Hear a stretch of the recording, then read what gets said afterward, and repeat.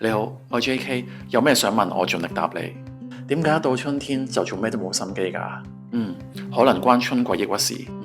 咩係春季抑鬱啊？春天嘅時候情緒低落，冇興趣做中意嘅事，好易攰，想瞓又瞓唔好，冇胃口，或者突然好想食甜嘢，心口翳悶、煩躁、冇耐性，諗嘢變慢，難集中精神。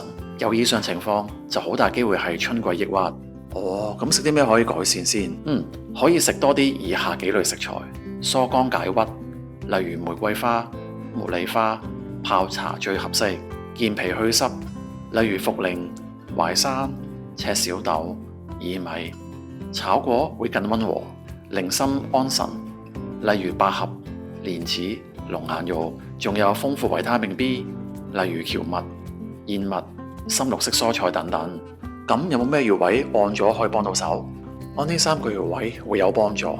一、太衝穴，腳背大拇指同二指骨縫間呢個位，睡前按3分鐘，有助疏泄鬱氣。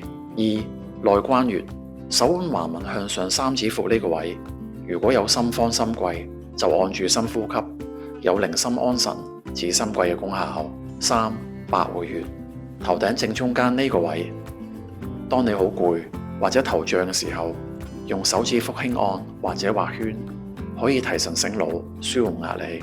有冇咩食療可以介紹先？呢2款食療清心安神，有助改善春季抑鬱。如果答到你嘅疑問，記得 like 同 share 呢條片俾你朋友啊！